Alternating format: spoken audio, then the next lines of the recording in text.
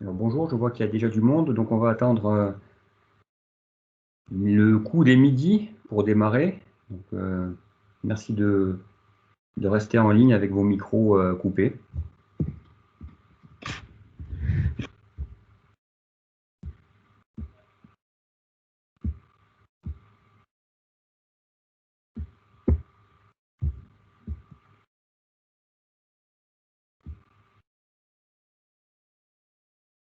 Bonjour.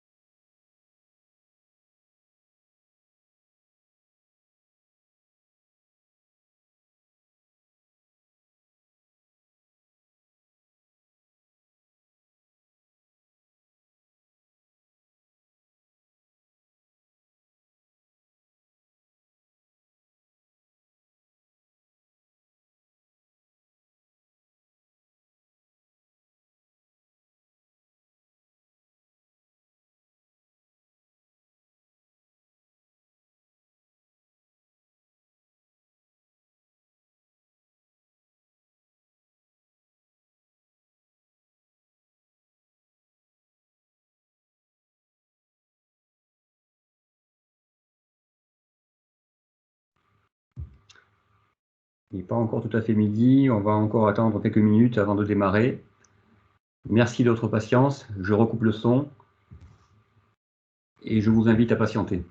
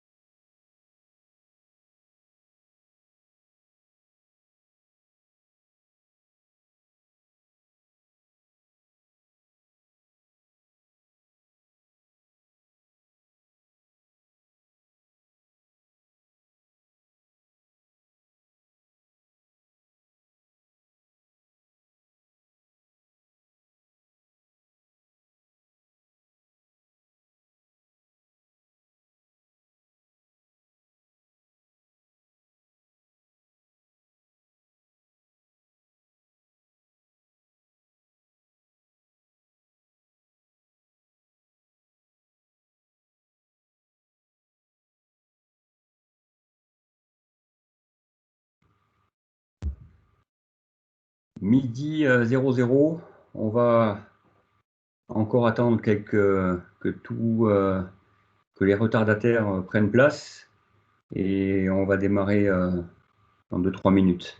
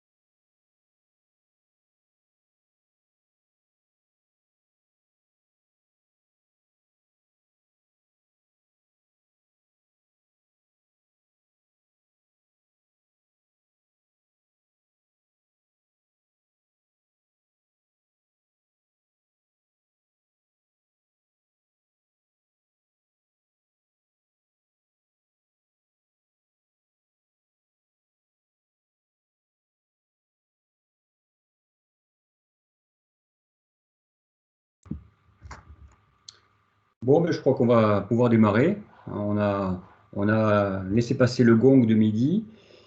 Et donc, je vous propose de démarrer cette session webinar. Tout d'abord, donc je me présente, David Elizalde. Je serai le modérateur de cette session webinar que nous organisons dans le cadre du salon European Mobility 2020. Donc, encore une fois, on aura droit à un format digital puisque cette crise de Covid ne nous permet pas de nous réunir en présentiel. Mais qu'à cela ne tienne, ça nous permettra d'aborder de façon très large et de manière la plus précise possible des thématiques intéressantes qu'on n'aurait pas pu forcément faire aussi facilement en présentiel.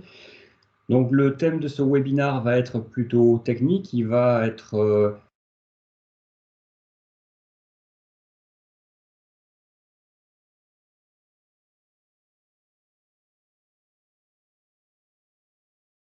On ne vous entend plus. David, on t'a perdu. Vous m'entendez mieux? Excusez-moi. Donc, désolé, je dois avoir un problème technique. Donc, je recommence un peu ma phrase que j'avais débuté. Ce que j'étais en train de dire, c'est que le thème de ce webinaire va être relativement technique, puisque l'idée, c'est d'explorer le dessous des cartes ou d'explorer en tous les cas cette partie immergée de l'iceberg que nous ne voyons pas, en tous les cas, en tant que passagers de transport public, mais que doivent voir et doivent gérer les opérateurs et les autorités de transport public au quotidien quand ils gèrent des flottes de véhicules. Donc on va aborder des thèmes techniques comme tout ce qui est digitalisation dans les transports, tout ce qui est interopérabilité, tout ce qui est gestion de flottes de bus multi-énergie. Donc ça va être un menu technique. Ce que je vous demande, alors je vais partager avec vous un écran, j'espère qu'il va bien s'afficher sans problème. Je vais le faire tout de suite. Voilà. J'espère que vous le voyez bien. Alors, une chose importante, quand même, un rappel avant ce webinaire. Je vous demanderai, je vois que vous l'avez tous fait et je vous en remercie, de bien vouloir couper vos micros pour éviter les effets échos. Je vous rappelle que cette session est enregistrée et enfin, pour toutes vos questions, je vous remercie de bien vouloir utiliser le module chat de Teams afin que vous puissiez poser vos questions par écrit et je vous propose à ce moment-là de pouvoir y répondre à la fin de ce webinaire, c'est-à-dire dans une petite trentaine de minutes. Alors, sur ce webinaire, j'aurai le plaisir d'échanger avec deux référents dans le secteur. Donc, Pierre Delrat, qui est membre du board IT for PT et qui est également directeur du développement international chez Actia, et également Laurent Guercy, qui est directeur de l'activité véhicules connectés, toujours chez Actia. D'ailleurs, ça m'amène à poser la première question, finalement, que je poserai d'ailleurs à Pierre, hein. Donc, Actia est présent lors de ce webinaire. Quelle est la position ou quel est le rôle que souhaite jouer Actia dans les mobilités urbaines? Pierre. Oui, merci David. Bonjour à tout le monde. Actia est une ETI française, hein, de 3000 personnes. Alors, nous avons la chance, depuis la création, maintenant plus de 30 ans, de travailler dans les transports publics. Nous sommes concepteurs et industriels de systèmes embarqués pour le véhicule. Et grâce à cette présence dans le transport public depuis fort longtemps, on a développé aussi une capacité à fournir des services connectés pour la filière transport urbain que Laurent aujourd'hui dirige. Voilà, nous sommes une ETI qui nous permet de répondre à plusieurs besoins dans 30 pays internationaux. D'accord, merci, merci Pierre. Donc on va rentrer dans le vif du sujet à présent. Donc l'idée, c'est bien évidemment d'échanger sur la thématique annoncée dans ce webinaire, sur comment, à la fois d'un point de vue normalisation, standardisation, mais également à la fois d'un point de vue expérience d'un équipementier, on peut répondre aux enjeux du transport public urbain. C'est important à ce moment-là de rappeler, avant de rentrer dans le débat, quels sont ces grands enjeux, hein, puisque ces grands enjeux sont simplement édictés ou rappelés dans le rapport annuel de l'UTP, hein, de l'Union des transports publics et ferroviaires, hein. Donc on peut en citer 4 grands enjeux. Le premier, bien évidemment, c'est tout ce qui est lié à l'enjeu du green mobility, hein, la mobilité verte, c'est-à-dire la diminution de l'empreinte environnementale des transports. Donc ça, c'est un des premiers piliers sur lesquels on va et surtout sur lesquels on va revenir dans la suite de ce webinaire. Le deuxième enjeu qu'on va moins aborder dans ce webinaire, mais qui est important de rappeler, c'est tout ce qui concerne je dirais, l'amélioration de la qualité des services dans les transports publics. Le troisième enjeu, il est plus lié à des notions d'infrastructure, puisqu'il répond, son objectif, c'est de répondre à la diminution de la congestion dans les transports urbains. Donc celui-là aussi, on va moins y répondre. En revanche, le quatrième enjeu, on va aussi y répondre longuement dans le cadre de ce webinaire. C'est tout ce qui est finalement un enjeu, également un moyen, hein, c'est-à-dire c'est l'interopérabilité des systèmes, c'est-à-dire donc comment, d'un point de vue transport public, je peux composer avec un Lego finalement de systèmes provenant de N fabricants divers et variés, et je peux les assembler tous ensemble et assurer ainsi l'intégrité de mon système global. Et donc, de ce point de vue-là, c'est intéressant donc, d'avoir le retour d'expérience, ou en tout cas le point de vue de ce qui s'est créé avec la standardisation IT for PT. Et c'est d'ailleurs l'autre question que je vais poser à Pierre. Quel est peut-être ce retour d'expérience des travaux menés au sein de l'association IT for PT sur cette standardisation et cette interopérabilité entre les systèmes? Alors, IT for PT signifie les technologies de l'information pour les transports publics. C'est une association qui a été créée en 2016. Elle compte aujourd'hui 150 sociétés membres et nous avons plus de 30 pays qui sont représentés dans l'association. Le premier objectif a été de répondre aux problèmes que rencontrent les autorités et les opérateurs de transport public lorsqu'ils équipent leurs véhicules des systèmes liés aux opérations, comme l'information voyageur, l'aide à l'exploitation, le ticketing, la surveillance ou le comptage passager. Alors, notre première action pour réaliser cette interopérabilité et donc éliminer la redondance des équipements embarqués, nous avons défini un standard basé sur un réseau Ethernet Aujourd'hui, ce standard s'appelle l'EN 1349 et nous permet, comme vous le voyez à l'écran, l'interconnexion entre des équipements venant de plusieurs fournisseurs. Cela nous a permis et permet dès maintenant de réduire les coûts d'installation, de réduire les coûts d'exploitation et même de maintenance, puisque cela nous permet d'avoir standardisé la connectique et d'avoir réduit les câblages qui sont à l'intérieur des véhicules. La deuxième action a été de travailler sur les échanges des données qui sont sur ce réseau, de façon à ce que les données publiées par les systèmes puissent être consommées par les systèmes qui en ont besoin. Donc en fait, on a défini un vocabulaire parlé par tout le monde, ce qui nous permet que chacun des systèmes installés sur le véhicule puisse utiliser les données disponibles.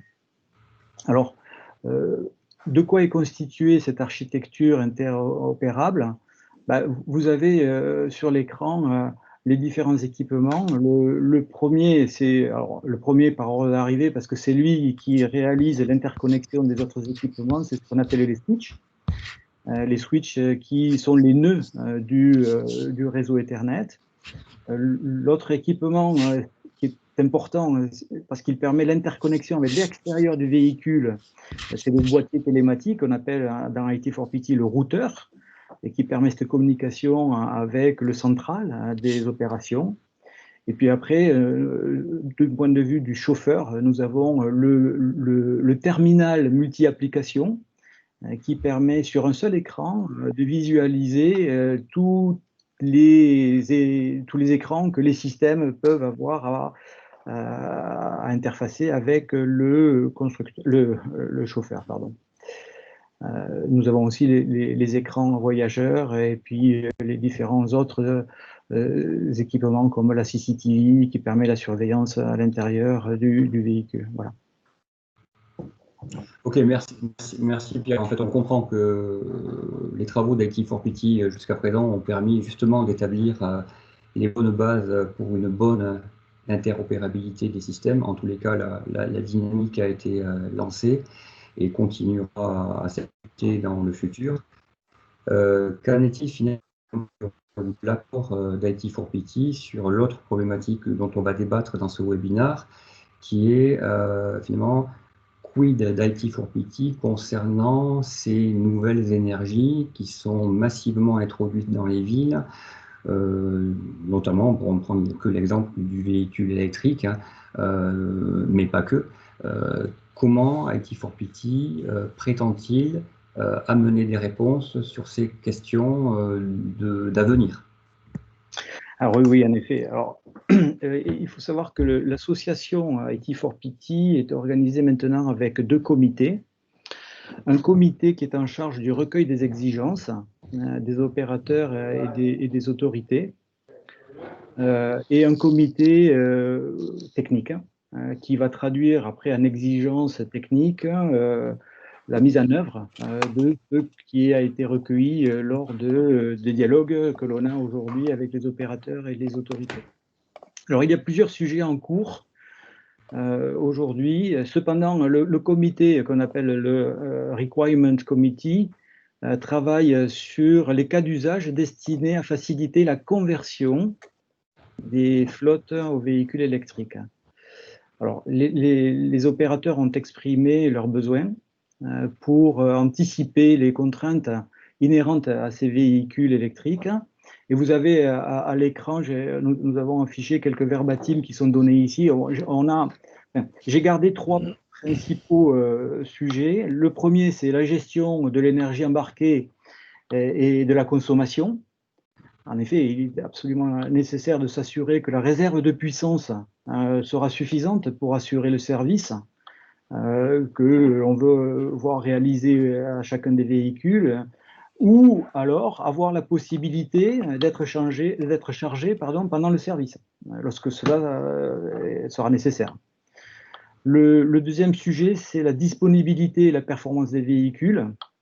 Bon, là aussi, il est absolument primordial de connaître à tout moment la santé de la batterie, de connaître l'état électrique du véhicule, de façon à ce que l'on puisse organiser les opérations de maintenance ou de réparation quotidienne, et ainsi se doter d'un planning court-moyen terme pour pouvoir réaliser la meilleure occupation des véhicules de la flotte. Le dernier sujet, c'est l'interopérabilité, comme vous le voyez, là, des véhicules. Il faut savoir qu'une flotte n'est pas constituée uniquement de véhicules d'un seul constructeur. Donc il est nécessaire que ces véhicules de la flotte puissent eux-mêmes être interopérables avec les systèmes de l'opérateur ou de l'autorité. Donc pour cela, il faut que l'on puisse doter le système d'une interface unique qui nous permette de communiquer avec les véhicules.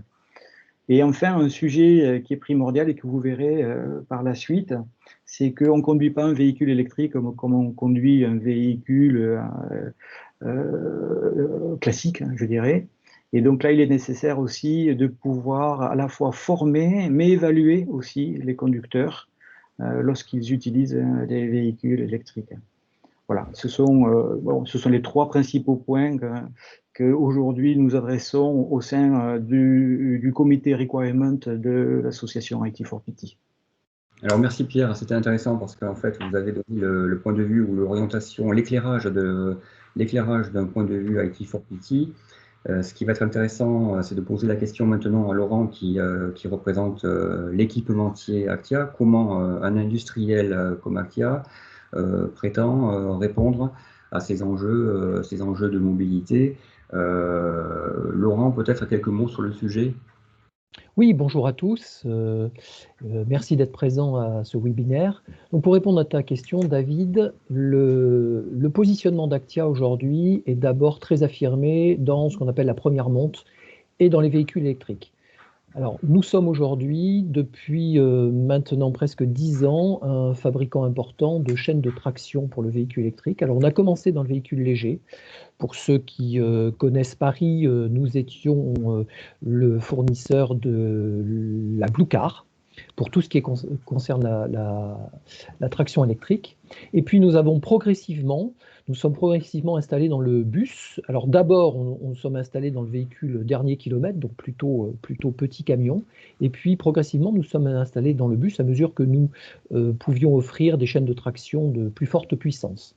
Et puis parallèlement à ça, depuis 5 ans, Actia s'est positionné mondialement sur un secteur stratégique qui est celui de la fabrication de batteries. Et nous sommes aujourd'hui un intégrateur de batteries pour le monde du rail, donc train, métro et tram, et pour le monde du bus, sur lequel nous avons des gammes complètes de batteries qui équipent un certain nombre de clients. J'en citerai un dans le domaine du bus qui est par exemple Vendôme.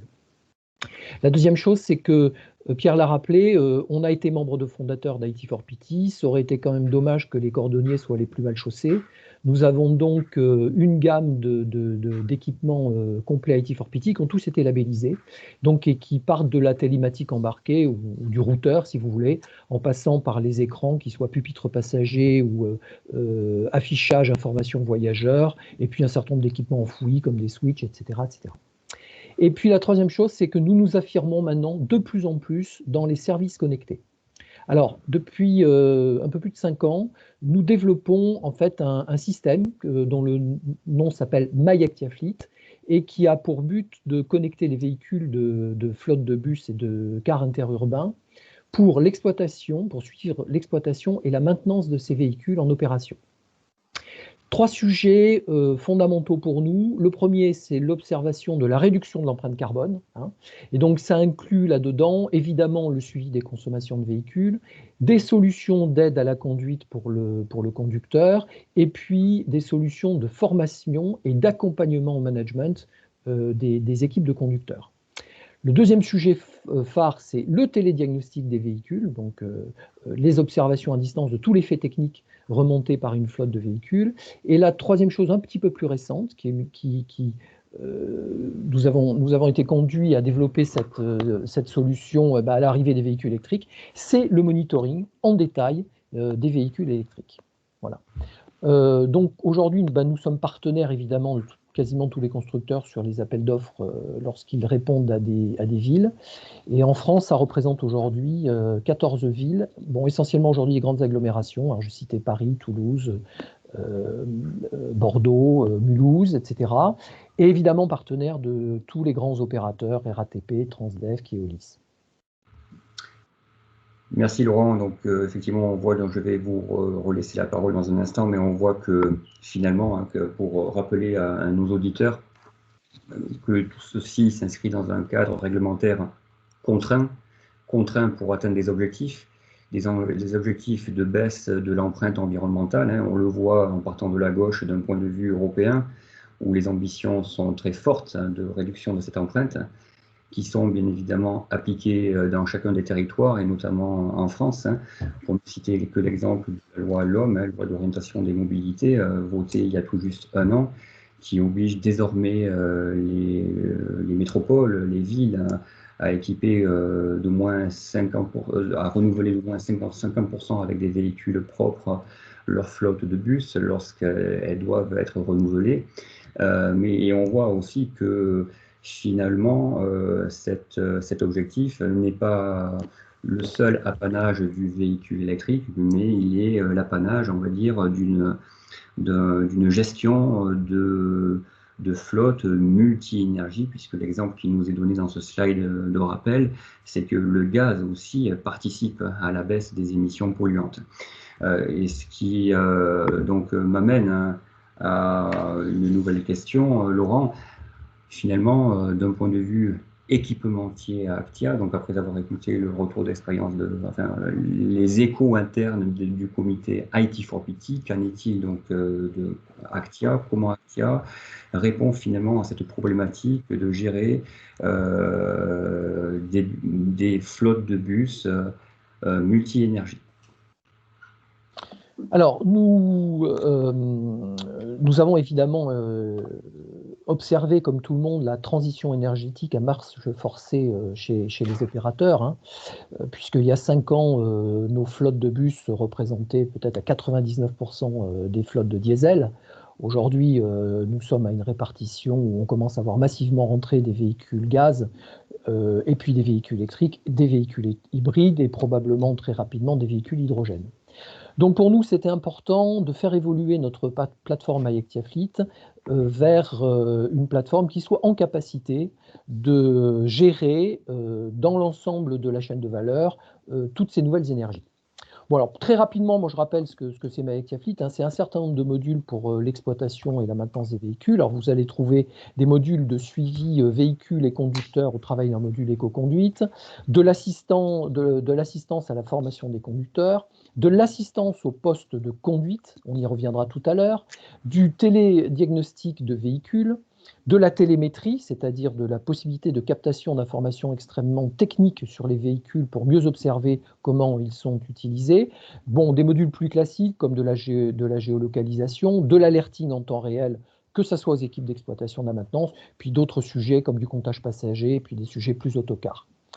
Vous remarquerez que sur le slide, pardon, tu as été un tout petit peu vite, David, vous remarquerez que sur le slide précédent, tout le haut, en fait, est baptisé NewWe parce que nous avons revisité l'ensemble de la plateforme sur ces 5 modules pour les adapter en fait aux nouvelles énergies. Et donc ce que je vais vous montrer là, c'est quelques exemples de cette adaptation aux nouvelles énergies à travers notre plateforme. Alors juste avant, David, si tu peux passer.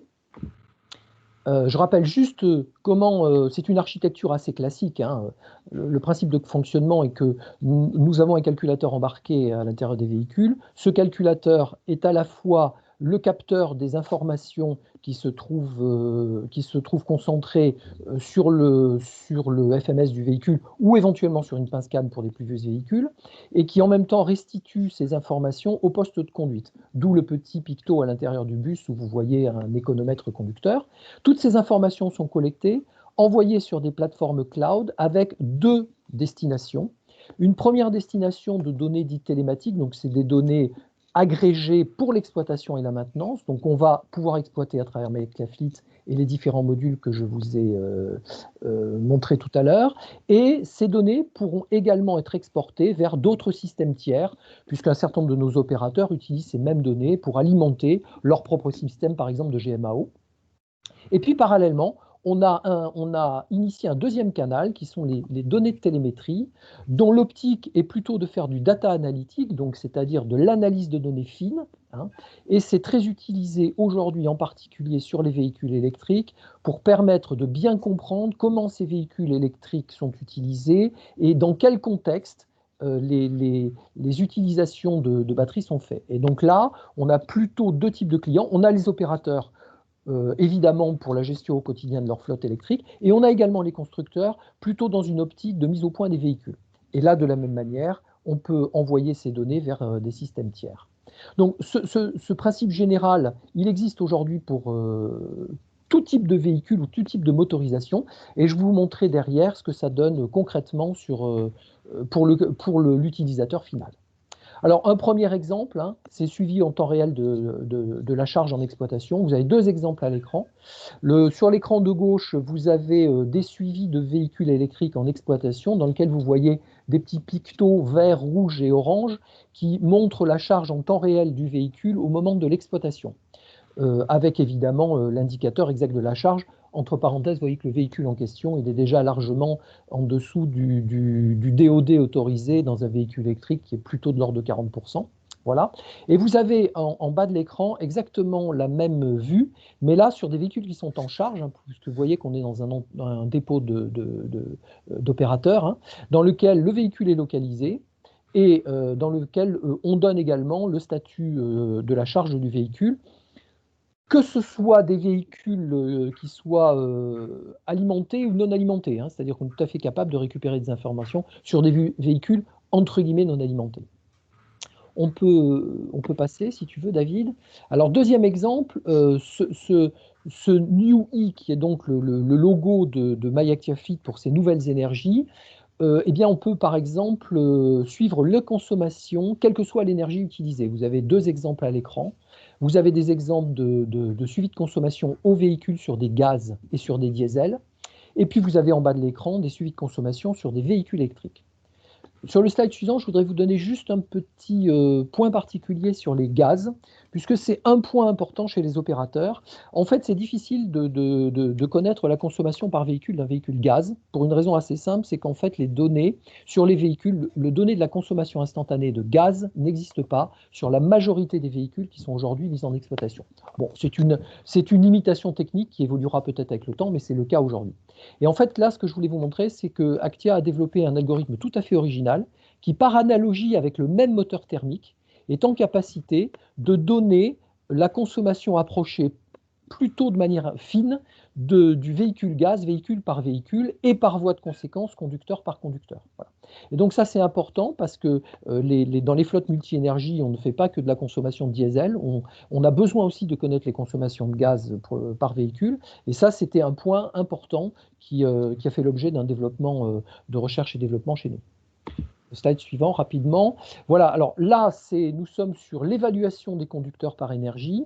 Alors pourquoi c'est important de le faire par énergie? Eh bien parce que ça n'est pas tout à fait la même chose de conduire un véhicule gaz qu'un véhicule électrique. Hein. Vous avez par exemple dans le cas des véhicules électriques un paramètre très important qui est la régénération électrique. Hein. Et cette régénération électrique doit faire partie du scoring des conducteurs pour bien évaluer si le conducteur qui passe d'un véhicule thermique à un véhicule électrique a bien toute la connaissance en matière de formation pour bien gérer la régénération, enfin d'abord la consommation électrique bien sûr, et la régénération. Voilà. Si tu peux passer. Je fais assez vite parce que je vois que le temps tourne, hein, donc je vais assez vite sur les slides.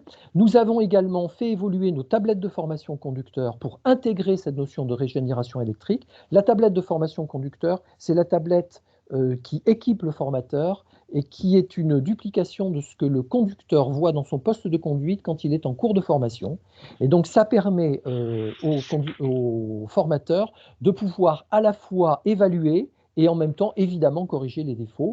Et donc, clairement, le paramètre de régénération électrique est devenu un paramètre important de l'évaluation en matière de véhicules électriques. Une nouveauté que nous avons lancée à Londres cette année, alors Londres est un petit peu précurseur sur le sujet, c'est l'adaptation automatique de l'information automatique de la vitesse du tronçon pour le conducteur. Alors, comment nous avons fait? En fait, à Londres, nous avons repris les cartes qui donnent l'information très précise par tronçon des limitations de vitesse. Ces cartes sont chargées au niveau des calculateurs de télématique qui équipent les véhicules londoniens, et cela permet 3 types de choses. La première chose, c'est qu'on peut informer en temps réel de la vitesse exacte du tronçon au conducteur. La deuxième chose que l'on peut faire, c'est que l'on peut adapter automatiquement la vitesse du véhicule. Et la troisième chose que l'on peut faire, c'est on peut passer un véhicule par hybride en mode électrique lorsque le véhicule rentre dans une zone de zéro émission. Bon.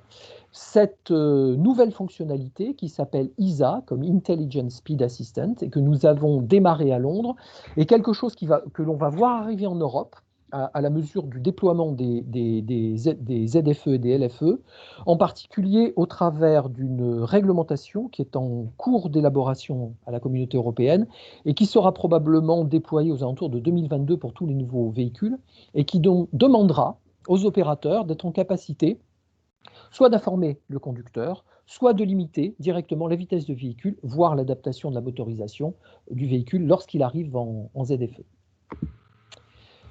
De la même manière, on a décliné NUI sur la maintenance des véhicules, et vous avez, alors je ne rentre pas dans le détail parce que nous avons peu de temps, mais vous avez ici un certain nombre d'écrans que nous mettons à la disposition des opérateurs. Vous voyez qu'en bas de l'écran, nous suivons de la même manière que des véhicules thermiques, les véhicules électriques sur les affichages, les voyants tableau de bord, bien sûr, le monitoring d'un certain nombre de paramètres, les codes défauts des véhicules, de telle manière à ce que l'opérateur puisse, au même titre qu'un véhicule thermique, avoir l'ensemble des informations de télédiagnostic du véhicule pour engager les opérations de maintenance. Et je termine en fait par un nouveau module que nous avons déployé aujourd'hui, en particulier à Paris, sur tous les véhicules électriques qui sont aujourd'hui en opération à Paris. C'est un module de télémétrie des véhicules dont l'objectif est d'aller finement dans le détail de la remontée des paramètres d'exploitation des véhicules et en particulier des paramètres de batterie, de telle manière à alimenter d'une part des statistiques de telle sorte à bien évaluer comment le véhicule a été utilisé et dans quelles conditions il a été utilisé, mais également en particulier d'enrichir les autres systèmes d'information de l'opérateur, et j'en pense en particulier au système de charge du véhicule. Donc, ce nouveau module de télémétrie, qui est basé toujours sur le même calculateur, est en capacité de reprendre à la carte ce qu'on appelle les PGN, c'est-à-dire en fait les messages CAN des véhicules électriques, selon un set aujourd'hui, un premier catalogue standard de 70 paramètres, ce qui vous permet d'avoir une analyse extrêmement fine du comportement de vos véhicules. Alors j'en ai pris un exemple juste après, et ce sera mon dernier slide.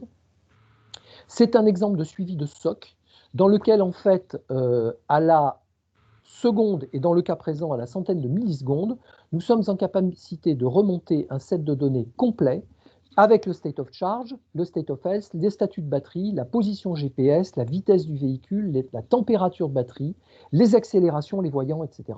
Et ça permet en fait à l'opérateur d'avoir un système extrêmement fin d'analyse comportementale du véhicule en exploitation ou du véhicule en charge, parce que c'est le même système est tout à fait utilisable en charge.